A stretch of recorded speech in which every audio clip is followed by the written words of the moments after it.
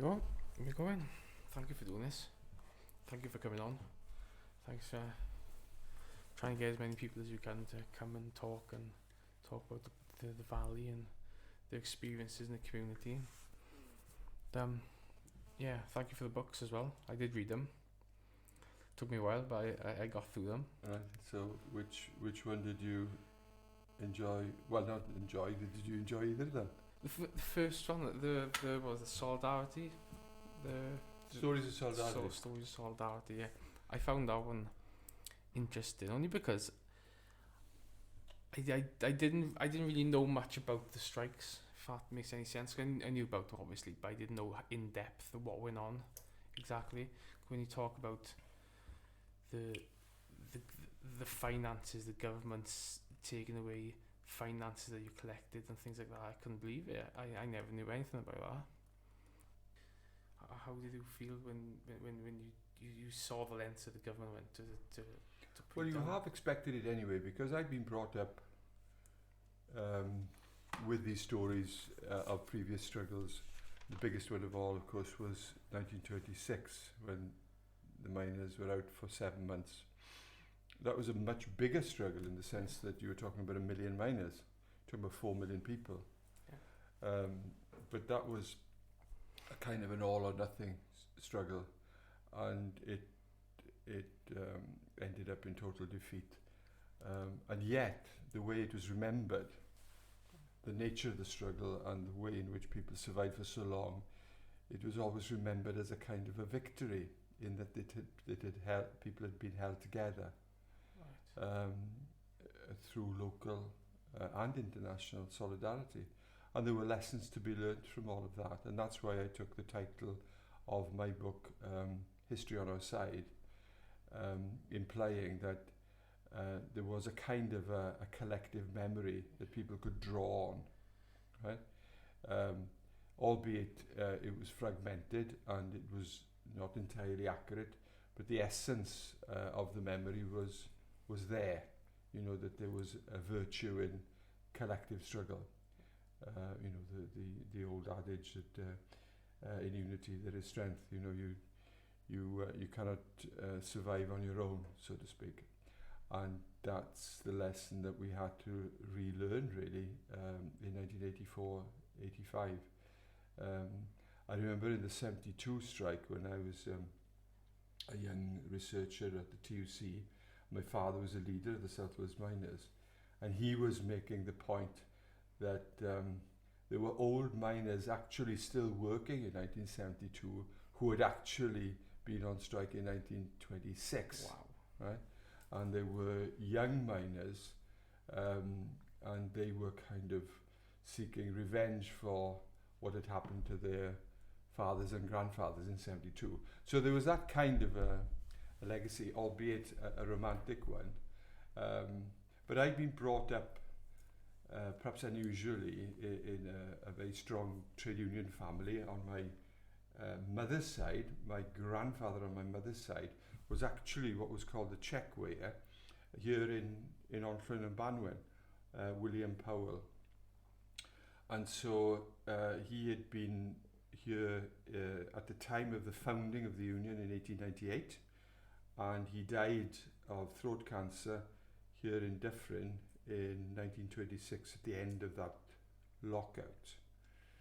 So I was brought up with the memory not only of struggle on one side, on my father's side, but also even further back on my mother's side.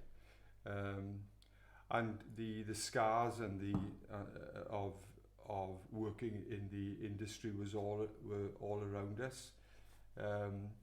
The importance of telling stories, individual stories, really strengthened that sense of community. I was named after my uncle, Hywel, who died aged 4, falling into a bath of hot water, waiting for his uncle to come back from the pit. And that was a pretty searing memory to be brought, and to be named after him. And then my father was named after his uncle, who had been killed aged 25 in Cwmawr,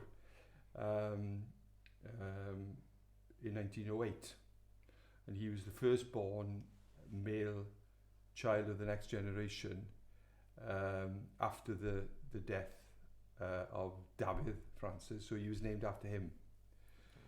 So those were important family memories, really, that, and every family has that in these communities. You don't go kind of parading them around, but all you need to do is to ask, and there will always be stories like that, really. Your father was quite an influential man as well, wasn't he, around here? He was the leader of the miners' union, and I think I'm right to say he was involved with the Communist Party as well. Yeah. And from reading the book, I might be wrong here, but what I gathered from it was that it seemed like a power struggle. Do you think the government were afraid of the miners, and especially communism? But at that time, communism was such a fear. Which time now you're talking about? Between in the 80s and 70s. Oh, in the 70s and 80s. Oh yes. Yeah, well, I think that moment had passed by the 84-85 strike. It was the tail end of things, really. The Communist Party's influence was quite minimal, really, although they were able to evoke that fear in the minds of people who were not directly involved, and it was quite powerful. You know, that Margaret Thatcher was able to portray the miners as the enemy within. And of course it was only relatively recently that the Tory government had been brought down in the 74 miners' strike, and Margaret Thatcher's predecessor Edward Heath had fallen from power as a result of a miners' strike. And there were communists who were prominent in that struggle, like Michael McGahey and my father. But that said, it was never a political plot, and it wasn't a political struggle. It was a political struggle made by the Conservative government. All the miners wanted was social and economic justice. They only wanted decent wages and conditions. They did not intend to bring that Tory government down. But that Tory government learned the lesson in a way better than we did. But that's another story, and it's told really in my book History on Our Side. But do you think the government were afraid of miners and the power that the unions had? Yes, yeah. After 74, for a government to be brought down in that way, they realised that something had to be done, and the trade union movement had to be broken. And the Praetorian Guard, as they were called, the miners' union, was the centerpiece of that struggle, really. And if you were to defeat the most powerful pillar, the rest would fall away, and that's exactly what happened. Once the miners were defeated in 84-85, they then went for the other workers who were very strong, but not as strong, like the print workers and the steel workers and so on, and as a consequence, the trade union movement was considerably diminished as a result of it. But the interesting thing about the 72 and 74 strikes was that the Conservative government learned the lessons and the miners didn't. You know, that sometimes you've got to learn from victories more than you learn from the defeats. And the essence of the victory of 74 was that most important of all, as Karl Marx said, there will come a time when unity is more important than struggling for better wages. And the victory of 74 was built exclusively on the unity of the miners, and the unity of the miners with the rest of the trade union movement, and the unity of the miners with the wider public. Right. And even the Queen Mother said things that were supportive of the miners to Edward Heath, right? So, whereas in 84-85, a decade later, in a public opinion polls, and miners tend to forget this and perhaps didn't even realise it, they never had more than about 30 to 33% public support. From outside of... exactly, outside, yes, exactly. We were deluded. I had to, as chairman of the support group here in the Neath Dilys and Swansea Valleys, everybody was bouncing about the solidarity and the unity that we were getting. But that was very fragmented and very limited. It was strong locally, but it was limited to the extent beyond the locality to those traditional groups of people that would invariably always support us, or even new groups like the gays and lesbians. But beyond that, was that a surprise to you though when you saw that, especially because the film was made obviously, was it a surprise to you when the support came from places like that? No, because you had to work at it. It didn't just happen. As my book portrayed, and I tend to be very critical of Arthur Scargill, he divided the world up and gave different coalfields, different parts of the world. And because South Wales was very critical of him, he only gave South Wales, Wales itself, Ireland, and that was it. And so it was such a crazy way of doing things. And he gave his favourite coalfields, Yorkshire and Kent, the whole of North America. So what we did was we said, right, okay, we'll go under the radar and we'll go everywhere, but we'll particularly go to London and we'll use our own connections, our family connections in London. There would be lots of people who had family connections in London. And outside the traditional trade unions, so it's go down to the branch levels of political parties or trade union branches or just community groups. And we built it in that way, and we sent groups of women up. I went up with a group to Hackney, and eventually then we established a base up there which was run by David Donovan, who worked in the washery. And we built special relationships with immigrant groups, the black community, Turkish Cypriots, Yeah, and then... Sorry, in the book you go as far as Moscow and Ukraine. You talk about getting support. Yeah, well, from there. it so happened, it was just that was more accident than design. I was writing a book which I'd never completed, somebody else completed it, on the miners' leader Arthur Horner, and I had arranged to have a grant from the British Academy to work in Moscow and in Ukraine researching him, and that was in the July of the strike. And so I carried letters from the Miners' Union, from Arthur Scargill and Emlyn Williams, introducing me, and so I met the leader of the Soviet miners, and he arranged for me to visit the Ukraine. And I visited pits and I saw my money being collected, significant amounts of money. But they were told that there were diplomatic reasons that money would never get out of Russia because it would be seen as destabilizing the relationships between the two countries just at the time when Gorbachev was coming into power and he was trying to build a relationship with Thatcher. And I reported that information, the fact that there was money being collected, that it was unlikely to get out, back to the Union. And they managed to get the money out via the International Transport Workers Federation via Paris, and that money eventually came in. But I knew nothing about the arrangements of that, and we never knew that it had come in until subsequently. But anyway, that's another story, really. And did the government ever use illegal means to try and stop the strikes? Because we talk about the finances. Yeah, the sequestration of the miners' funds, certainly with us, was illegal. Yeah. And it was fortunate that because we had connections, I worked in a university and I knew lawyers. I knew the future professor of law at Cardiff, Phil. Phil came down. I asked him, "We got a problem here. The bank tells us our funds have been seized. We'd been warned that this might happen, and it was perceived that our local support group funds were being used by the Miners' Union for picketing and for all kinds of other reasons. Even though all the officers of the support group were not members of the NUM. Christine Powell was a school teacher. I was a university lecturer, and Evina was the wife of a retired miner. And so Phil came as our legal representative, and we asked them to explain why the funds had been seized, because didn't legally have any direct connection to the miners' union.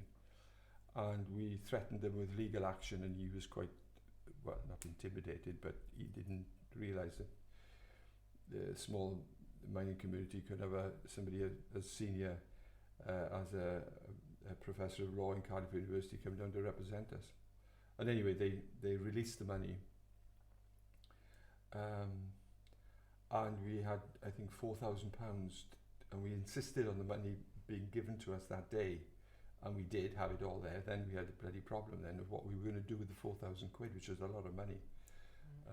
We gave a substantial amount of it to the Banwin food store, which was the new co-op, self-run co-op of 3 wives of striking miners, which is the main shop in Banwin now, in Dyffryn. And they just started. So we gave them a substantial amount of money. We gave another 1,000, I think, to the bakery, and then we had to dispose of the rest into a black box. And I had to find a friend who would take the money into what's called a black box, in a secure box in a bank. And we just signed for it, and the manager didn't ask us what the money was or what it was for. Although the manager said, "I think I recognise you because I've been on television." I said, no. Anyway, we held that money in the bank in Britain Ferry until we thought we needed it at Christmas time. We got it out at Christmas time then. So, how did it work then when it came to distributing the money between families and miners? Because what it seemed to me is, if I think you say it in the book as well about you setting up your own welfare system, almost as if you're your own country. Is that how it was done? It was both a welfare system and a resistance movement. We were responsible for 1,000 miners, and so about 4,000 people across 3 valleys. The pits of Abernant in Pontardawe, Blaenant and Treforgan in the Dylais Valley, and Aberpergwm in Gleneath.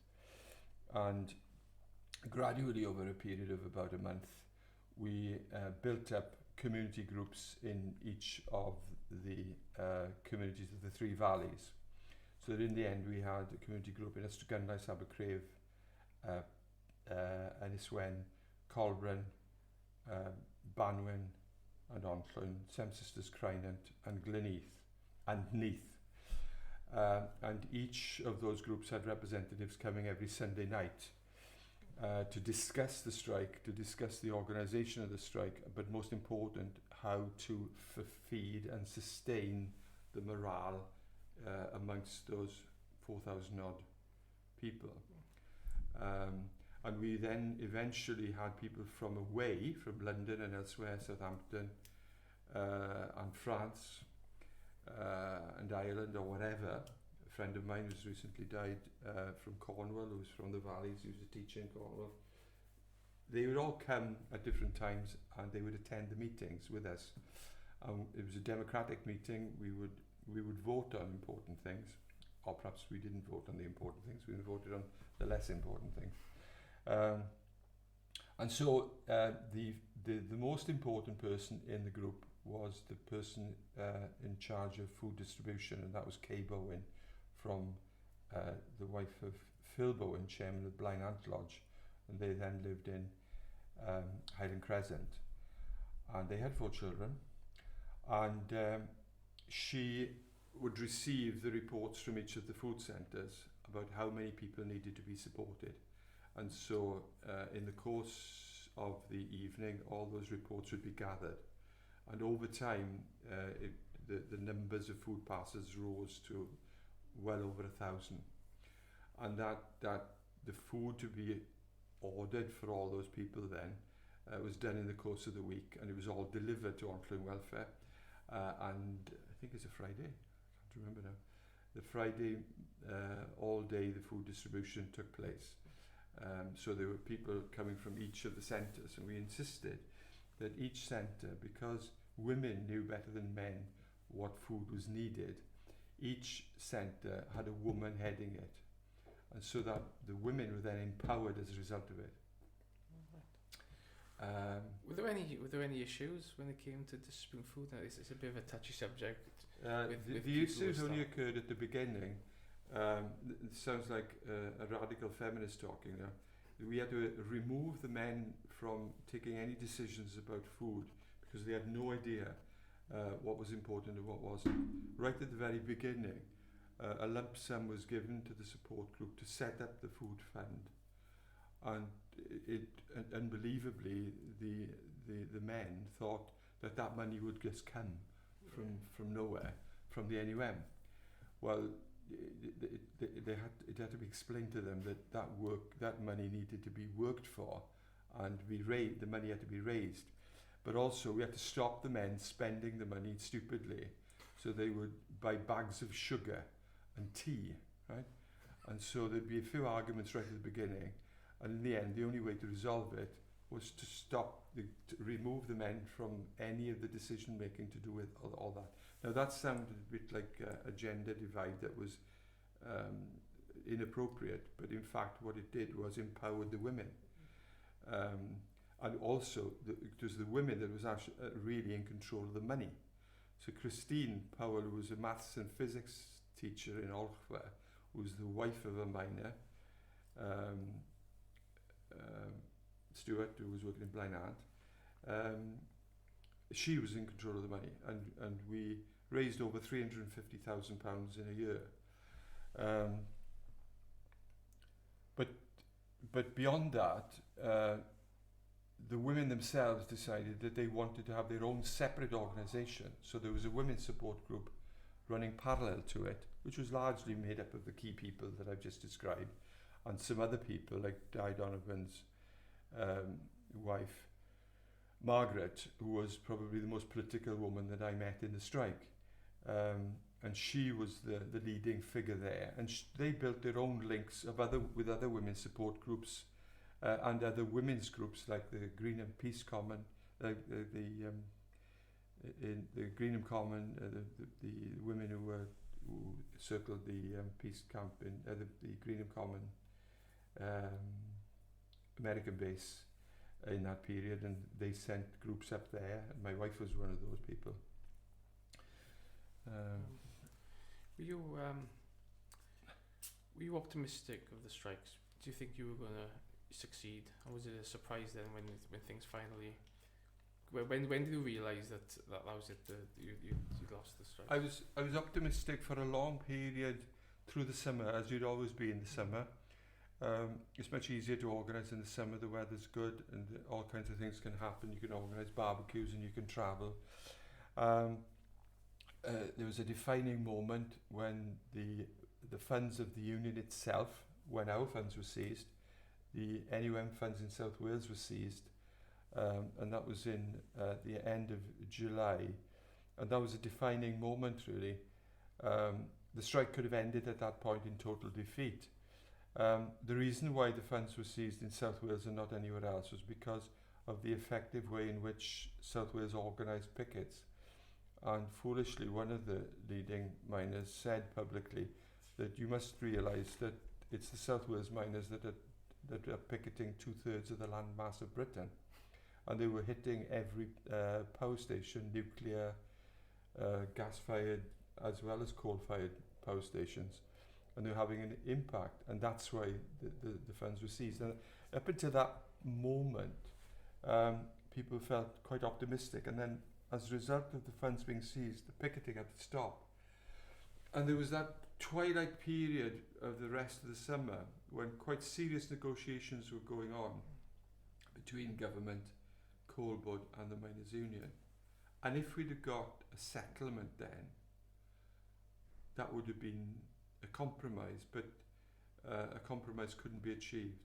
There was an element within the union that wanted a compromise which would accept certain pit closures. And the Coalbud and the union were coming close to an agreement, but Margaret Thatcher intervened to prevent an agreement because she knew that if she held out a bit longer, she could break the union. And that's exactly what happened. And in a way, you had two leaders that deserved each other, really. both Scargill and Margaret Thatcher were very similar, really. They were people of principle, as if no one else had principles, and they were very uncompromising. And in the end, that ideology defeated them both, really. But in the short term, it was the Arthur Scargill and the Miners' Union and the mining community that was defeated. So there was optimism until July, but I thought once the end of the summer came, you knew it was going to be a long, hard struggle, and people were hanging on, and even here people were saying, well, we will stay with you, meaning the union, stay with the union until Christmas, and then we can't guarantee anything after that. And there was a moment in November when there was a big push by the government and the coal board to get people back.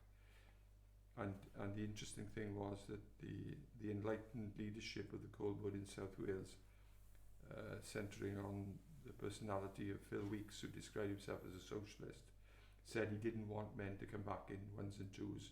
We wanted them to come back all together.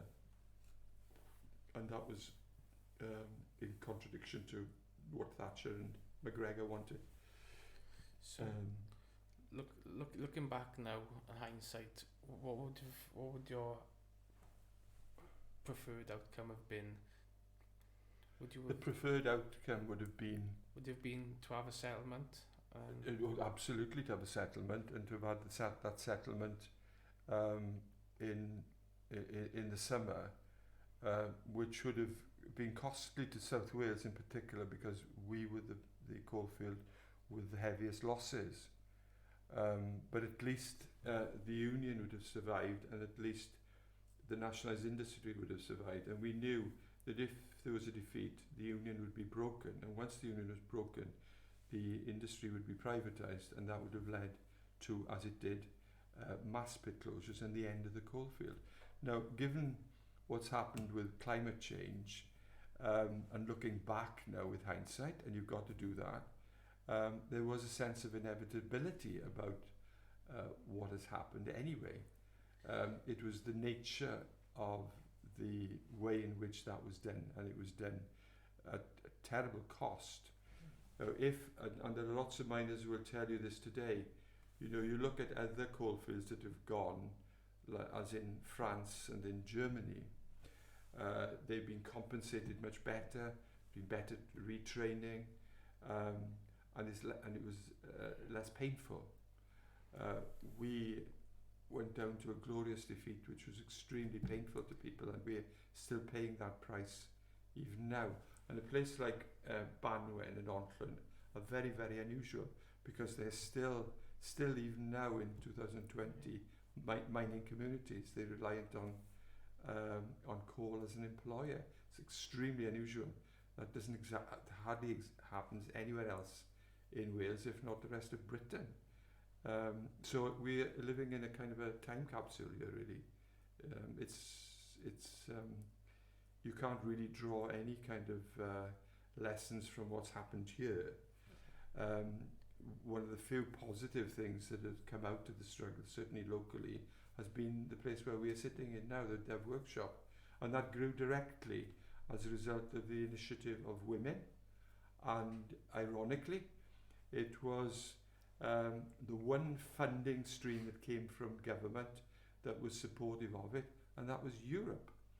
And Europe was about helping people to get from their difficulties into a much more positive environment. The difficulties of changing from heavy industries to a much more diverse economy through upskilling the population and giving them guidance and help and different exit routes, and to do it in unusual ways, like giving new opportunities, fresh opportunities to women. And that was all coming from Europe. And it's a paradox, really, one that still baffles many of us, as to why it is that communities like this voted to leave Europe when Europe provided such a lifeline to these communities. Anyway, that's That's a rhetorical question, really, and one that can't be answered in a short time. No, but it's interesting you say that, because I think I was spared the worst. I was born in '91, so I was spared the worst of any of the strike really. But growing up, I think that might not for me to say, but it seems like it's. I'm not sure if you would agree, but a better place to live now than looking back at what it was. Yes, we do tend to romanticize how it was. Yeah. It was a terrible time, really, when you think about it. And whilst I've written a great deal about it, I'm still learning that what I've written has tended to come from a male patriarchal perspective. And one of the things that changed me was the way in which women played a prominent role, but a role which is not entirely fully understood. Many of the women who played a prominent role were already politicized, were already significantly aware of their environment. They probably had a better understanding of fighting for trade union and worker rights than the miners themselves, because the miners had inherited a strong organisation, whereas women who worked in factories, women who were teachers or nurses, they had to fight every day for their rights from scratch, so to speak. And so when they came and saw this struggle, they came with different perspectives, different skills, different views, really. And it's not surprising when you look back that the one positive thing that's come out, one of the few positive things that's come out of it, is the creation of the Dove Workshop. The one thing that we haven't spoken up until now about is the film Pride, and that particular unusual relationship that we developed with the gays and lesbians. Now, two things to be said about this, and I've mentioned it in the book. One, the relationship between the mining community and the gay community was one that was fostered specifically by the women. Now, much is made of it being a miner support group between the gays and the miners, but the key people in that relationship, if you look carefully at that film, the film Pride, and look at the key people in it, it's the women that actually build the relationship. The other point that I'll make is this: it wasn't an accident. We went and sought to build relationships with groups, with organizations, with communities as a political strategy to explain the nature of the struggle. And so when the opportunity came, and it came to me through the Communist Party, because I was a member of the Communist Party then, it was the Communist Party that made the link between the gay community and us. And they told us, we're having difficulties with all the coalfields. They are perfectly happy to take money from the gays, but they don't want to acknowledge it. And so I said, look, listen, it's not a problem with us. In fact, we see it as a challenge. We welcome it. Not only that, we will send miners up to receive the money. And because we did that, and the intention was that Ali and myself would go originally, and then it was David Donovan was already up in London. So it was David that went to meet them. They were so surprised and excited about the fact that a miner would come to meet them that even more money started to come in. And it was money not just from London, but from all over Britain. And so suddenly, as a result of that initiative, we had this quite exciting relationship, which ends up being made like a Hollywood film about it. And whilst the film is great, sometimes the politics and the nature of the relationship is forgotten. It's essentially a rom-com and a gay rom-com, and it's almost as if the mining community is the backdrop to it. It's a film about gay people, and that's great, and we should celebrate that. When I challenged the filmmaker, the guy who wrote the script, and said, you don't mention the fact that Mark Ashton, who dies of AIDS, you don't mention the fact that he's a communist. He said we would never be able to sell that film in America. It would just not get anywhere. To have him as gay is difficult enough, but to have him as a gay communist, that'd be too much for them to be able to handle culturally and politically. So I said, okay, fine. But great film. I think you touch on in the book as well. The fact that the sense of homophobia in the film, there's not much of it, but there was a little bit that's completely fabricated. There wasn't any kind of homophobia in the. Well, it's interesting. Against. It's interesting. We reflected on it, and if you read the minutes of the support group, and people challenged those minutes. Well, minutes are minutes. You know, you write the bloody minutes. Havina wrote everything down, right?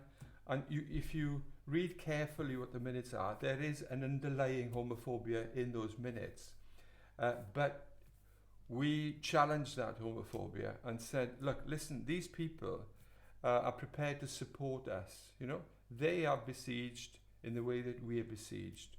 Can't you see the virtue of solidarity here? And that was the main theme of the film. Absolutely, and we didn't need to say it as explicitly as that, but there was no open homophobia at all, right? It may be that perhaps you had a kind of a strong communist as a chairman that wouldn't tolerate that kind of thing. There was silly giggling at the back amongst some of the younger women. There were some men who would say, well, there was one very funny story, really. There are lots of funny stories and they need to be told, but one miner from Abernant who was living in Colbrand said, well, I don't know what we're going to do next week. These gays are going to come down, because we organised for the gays to come down pretty well very early on in the relationship. And I don't know what's going to happen. We're going to have a dance. And there'll be men dancing with each other. So some of the women said, well, women dance with each other. Why can't men dance with each other? Well, he said, there'll be people turning up there who will be peeping toms. They'll be coming along just to see men dancing with each other. That was kind of obviously it was homophobia, but it was so pathetic and infantile. You only had to laugh at it, really. It's a pity, really, that wasn't the story that was told, you know. But the other funny thing was that, unbeknown to us, in the meeting that Sunday night, the Sunday before the gays were coming, in that meeting, there were people from London who were gay, right? And they would be coming down the following week, but they were there representing Brent Nalgo. They were there as trade unionists. So they were like macho men, like they were trade unionists. Next week they came as gays, you know. And they told us, they confronted us and told us, we were here last week and we heard that discussion. And the other thing was, it was so politically sophisticated and tuned in to the nature of the struggle, given that this was a community that knew what resistance was, knew what persecution was really all their lives, you know. They said, now then, we see that some of you want to empower some of the most political women who want to have the opportunity to be mobile, to be able to go and meet other women's groups, whatever. Now, what's the best way to do that? Can we give you £5,000, a lot of money, to buy a van? So we had this discussion, a secret discussion. I said, no, I think the best thing is we don't want an argument now with the older miners who are retired, who were well-meaning and they work hard. All they were concerned about was to put clothes on the backs of the children and food on the table, right? The politics was to be kept out, especially from the women. Right, okay. I said, tell you what to do. You say that you were buying the van for us. You buy it. Buy the van, right? And then we can announce it, right? And it's a women's support group van for the whole support group, but it's the women that will use it. And the one condition is that you can emblazon on the side that it's a gift from you. And it's red. So we announce it. Oh, sort of kind of stunned silence of the generosity, and also you couldn't argue against it. The van being bought. This was right at the end of the strike, as it happens, of course. But it was brilliant. The women were able to go everywhere, and of course it features prominently in the film. There's some very funny stories in the film, some of which are true. But it was a revelation. It was brilliant. It liberated people. And this was a time when people, all their cars were off the roads. You know, they couldn't license, they couldn't pay their road tax. You know, that was the level of the poverty was such.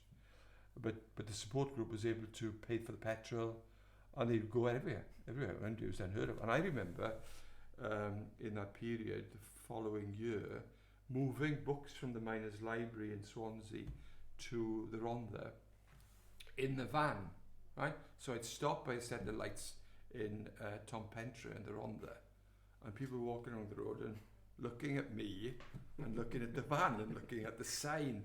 And I was wondering, what the hell are people looking at me for? Oh, they must think I'm gay.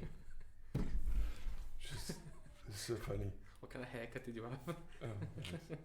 But it was great. And of course, and this is the interesting thing, when the support group carried on for about 18 months, and it just overlapped with the setting up of Dev, and the van naturally was handed over to Dev. And so Dev inherited that van and used it for the same purposes of getting people who were locked in their communities, isolated remote communities like Colburn and Iswen or whatever, and Myra would drive the van then, picking people up to classes and bringing small children as well to the creche. So all those ideas came out of the struggle, really. And so Dev is a natural in a way that no other organisation that I can think of. Some would claim it, but Dev is the only one, and Myra will have told you this better than me, really, that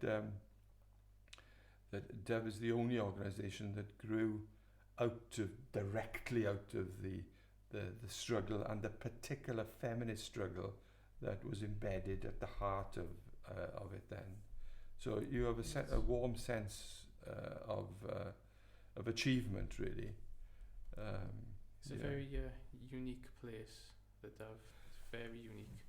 It is a very unique place, and it's interesting that the president of Swansea University at that time was the former Labour Prime Minister James Callaghan. There's photographs in the corridor here of him coming and saying how proud he was of the university's relationship, but he himself had come. We've got a recording of the talk he gave, and I interviewed him in 1994, I think. And I refer to it in the essay that I wrote for the university's centenary essays. And there's a photograph of him in the other room here, of being interviewed with me. And I ask him, and he refers to the fact that he came here as a young member of Parliament, spoke in the Colburn Club, missed the bus going back to Cardiff. My father invited him, and he stayed in our house. And there's a funny story at the end of this. And I was just been born.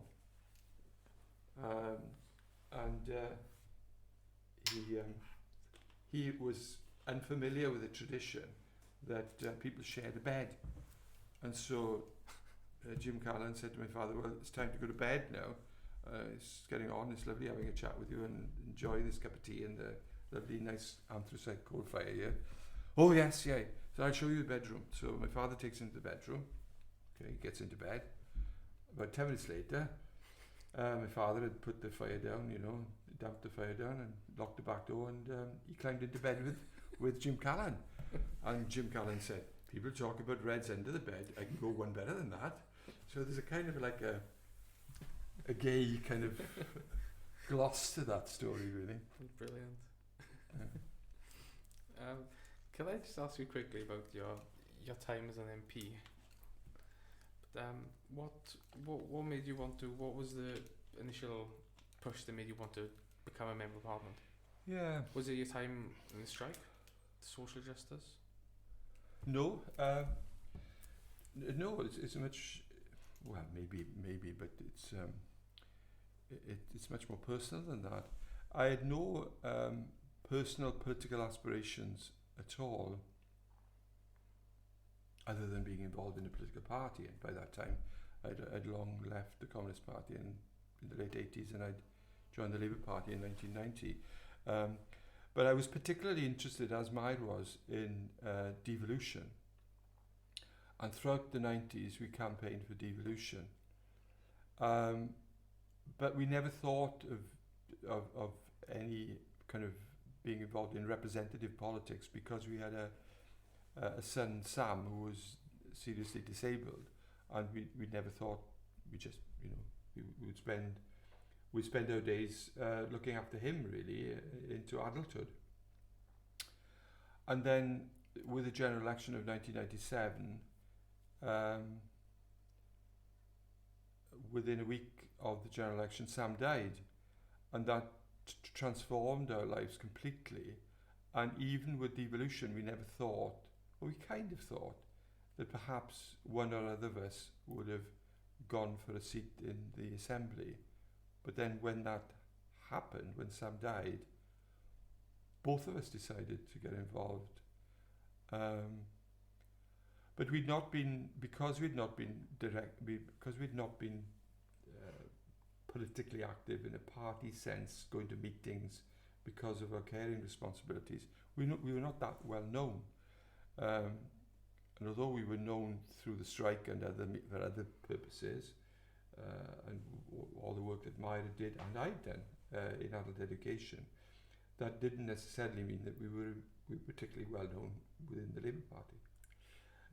That said, we both became very active in the summer of '97 to achieve the devolution vote, and we were very active here.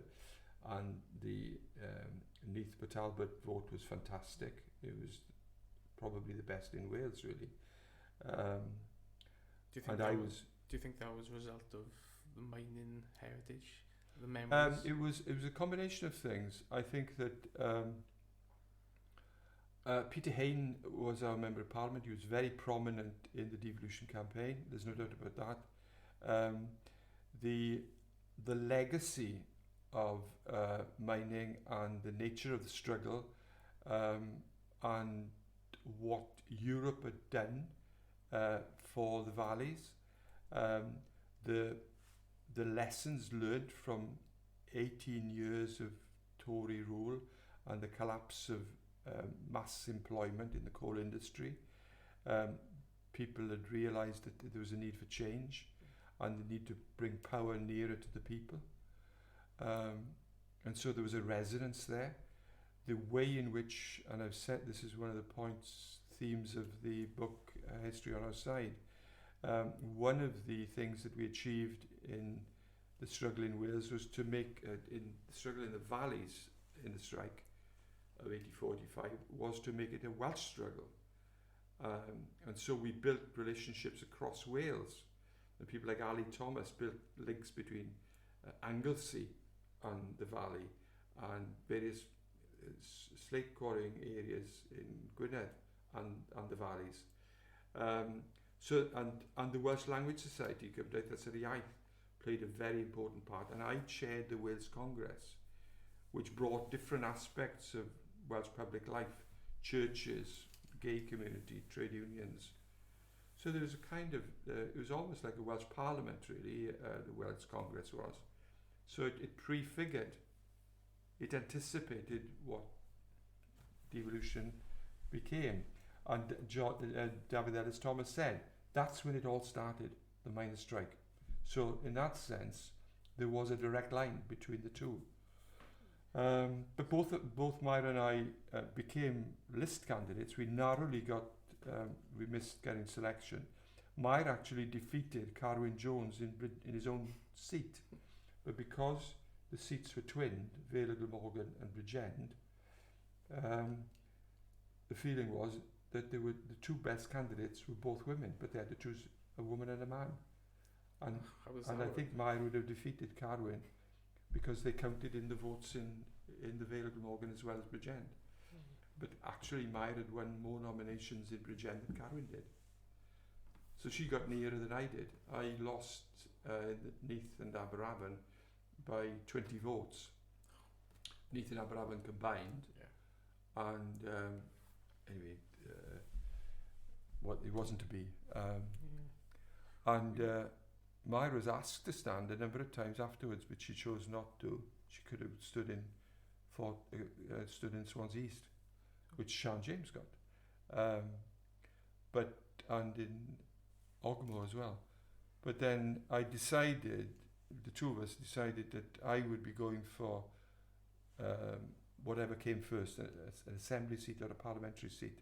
And there were a number of MPs retiring all at the same time for 2001. And I got selected in Aberavon. So it was a peculiar personal thing that had happened with the death of Sam that triggered me thinking in a different way. I felt personally that I had achieved as much as I could have achieved in the university and in my work as a professor of adult education. I'd set up the community university, and I'd got as far as I could there, and I didn't really feel that I could do anything of any worth any further in university. I could have become, if I wanted to, I suppose, gone to another university, but my life was in Swansea, and no, I didn't see myself anywhere else. I was asked to go and work in University of Glamorgan, but by that time it was on a trajectory to be going for the Assembly or Parliament. Did you enjoy your time as MP? Yes, yeah. It was different. Okay. I had no political aspirations to be anything more than a reasonable member of Parliament. So when were you elected? 2001. So I served 3 parliaments. So I retired in 2015, and within less than 6 months, we had a terrible explosion in the steelworks, and 3 men were killed, and that was very difficult, obviously, for the family and for the town, and I was caught in the middle of all of that and dealing with all of that. That was difficult. And the fact that there were 2 young men killed, you know, the fact that we had gone through a death recently of our young son who was 16, in a way it kind of half prepared me for it, to deal with families like that. And you don't know anything about grief or loss unless you lose somebody young, you know. And this community has had enough of that. We've Banwyn and Dyffryn and Onllwyn and Panderford have had a lot of young people dying. It's a terrible thing, really. Because I remember Sam. Do you? I was in school with him. I think I was a bit younger than him. Yeah. But I have memories of... Once met, never forgotten. Definitely. When I won the seat in 2001, when I thanked everybody, the returning officer and so on, and the Aberavon result came through quicker than the Neath result, and we were in the same sports hall in, do you know, I can't remember where we were. Were we in Abernlido? I think we were down in Neath. Wherever we were anyway. All the Neath people came in with the Aberavon people to hear the result, and I said I dedicate this victory to my father and to our son Sam, who died 4 years ago. And we recall that he died just a week after the 97 general election, and we said, next time, Sam, we were watching the results come through, next time you'll be voting. Now, who are you going to vote for? Are you going to vote for, I told this story, right? Are you going to vote for Peter Hain? And he paused, and you heard the story, yeah? No. And he paused, and he pretending to think. He was tapping his chin, and he said, no, I don't think I'll vote for Peter Hain. And you can hear there's a rustle of noise in the back of the Neath people. I don't think I'll vote for Peter Hain. I vote for Pitt the Younger. Right? Now, the unsophisticated people in Neath didn't realise this was really a very profound joke, like, because he was a big fan of Blackadder. And when Blackadder was on, David and Sam would all take part, reenact the different parts and the episode about Pitt the Younger standing for election, and he would always have the best lines, Sam would, the punchlines. So he was going to vote for Pitt the Younger. I'm not entirely sure that Peter Hain or the Neath people fully appreciate the irony of it, But it was, anyway. Oh, brilliant. Thank you very much. Pleasure. And okay. Perhaps we can do it again and I'll interview you. The important thing is telling stories. Stories are very important. I was going to talk about this man, George Ewart Evans, who shares the name with George Brindley Evans, of course. And George Ewart Evans is the father of oral history. He is the pioneer from the 50s onwards. And he cut his teeth in many ways by he was from Abercynon, but he spent most of his life in Suffolk. And he became famous at writing about the lives of ordinary agricultural workers. And he saw the importance of people telling stories, from listening to old miners in Abercynon, telling stories about their lives. And he says that the best stories that he ever heard, and the most famous stories that he had, came from Dyffryn and Banwen and Onllwyn. And he wrote a book called From the Mouths of Men, and it's a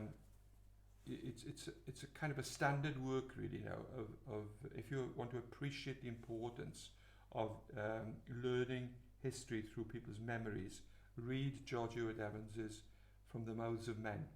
Some of those recordings that he did are in the Miners' Library, and I'll definitely check them out. Yeah. George Brindley Evans wrote a foreword to one of the little fiction that he wrote.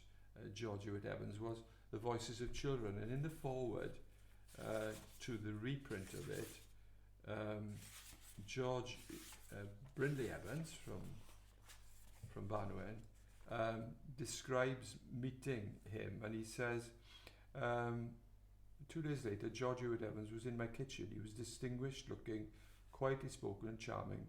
The published writer had arrived. Dr. Thomas, my doctor, had told him about my own writing and my ambitions for it. That summer, George Ewart Evans became engrossed in life back in a coal mining community where he'd come from, like the one of his own youth. He relished being in the company of being able to talk at length to men like Jeff Camnant, who was responsible for driving the main cut into the Cornish drift. Jeff was a bear of a man who voraciously read books that arrived through the post. Or Hugh Hughes, so short on the day he started work, his Davy lamp bumped along the ground. Or John Williams, Cwmtorch, who's the manager here, who started work as a collier boy in 1918, and who by the time he was being interviewed by Ewart was one of the country's most competent and respected mining engineers. These men embodied the very characteristic George Ewart Evans cherished most: integrity, a quality that seemed to come naturally to men who, during their working day, risked their lives to earn a crust. I think the documentation of history is really important now, especially around here. Like more books like these, people who've been around for years writing down the experiences of the valley.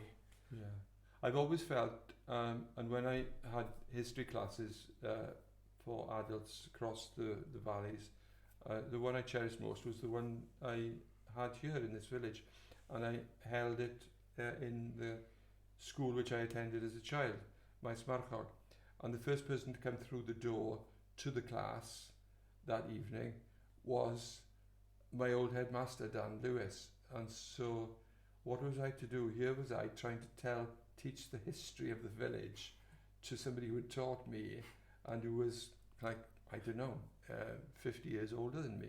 Wow. So what did we do? We eventually recorded him, and I made a video in Welsh and in English called Dan Lewis Remembers. It was about his life in the village as a child and then as a teacher. Right? And I always felt that in every community there's at least one person who is the bearer of that history. He has the collective memory. And Dan Lewis has been, with his passing, the bearer of the knowledge and the memory, the collective memory of this community is Uncle George Brindley Evans, who, although he wasn't a member of my class, was a member of other classes, a creative writing class, and he pays tribute to Alan Richards, who was the teacher who, the tutor who encouraged him again to write, and was one of the people like George Evans who encouraged him to become the successful writer that he is. And we're very fortunate to have people like that. So what you were doing really with this podcast is you're the new Dan Lewis, you're the new Try my best. George Big boots. Brindley Evans. I interviewed George a couple of weeks ago now, and he's fascinating, man. I didn't know that he was really good friends with my grandfather. My grandfather died before I was born, so I'd never met him. What was his name? His name was Reginald Cross. And they were born the same year in school together, worked together. So you learned a lot about him then? I learned more. He knew more about my grandfather than I knew about him. I'm sure. And I was sat there and he was telling me all these stories, and I was just thinking, it's fun. Well, if there's another opportunity, I'd like to talk to you about my grandfather, who I never knew, who died 20 years before I was born, and is the kind of black sheep in the family.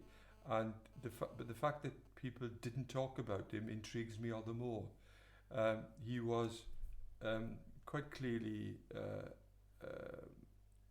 what we'd call a free thinker. He was an atheist, which was very unusual, really. He was the first generation of miners who were rejecting religion. He was a member of the Buffs, the Royal Ancient Order of Buffaloes, which was a working men's Freemasonry. It's a drinking club, it was really. But it was a charity, you know, it was a friendly society that helped its members, and I think it was met in the pant here. But he was the Checkweigher of the South Wales Miners Federation. He was a deep reader.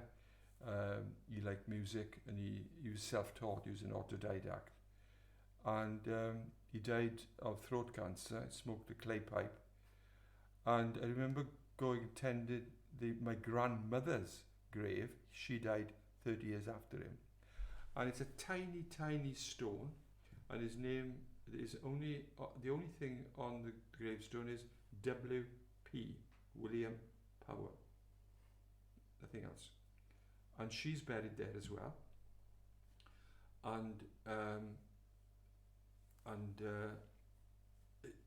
she's not marked. It's not marked at all that she's there. And yet next to it, his father is a very grand gravestone. He died aged 29. His name was Hywel Powell. So the name comes down the line. And clearly his son was named after him, and he died when he was 29. But there's a very fine gravestone. It's there in Honflwyn, in the chapel there, in the cemetery, the graveyard, and all the different members of the family who subsequently died. It's a big family, and they were related to the Hugheses, and that Hugh Hughes there is a cousin. I think I have family with buried there as well, and they were Powell. So maybe somewhere, have a look, go around. Somewhere along the line they might have been a relation. Yeah. Well, I'm related to Baden. Yeah. And Terry was the same age as me. Terry's dead now. Terry was the younger brother. Terry would be 74 now. But Terry lived opposite, but lived around Glenheath and then lived in Port Talbot. I find genealogy fascinating. Looking back. Yeah. Well, you learn so much by just wandering around. It's a bit gruesome, really, but wandering around graveyards. Might do a series on genealogy. Just looking back. It'd be interesting. Yeah, I could talk endlessly. Everybody can talk endlessly about their own families. It's boring to other people, I know. I find it brilliant.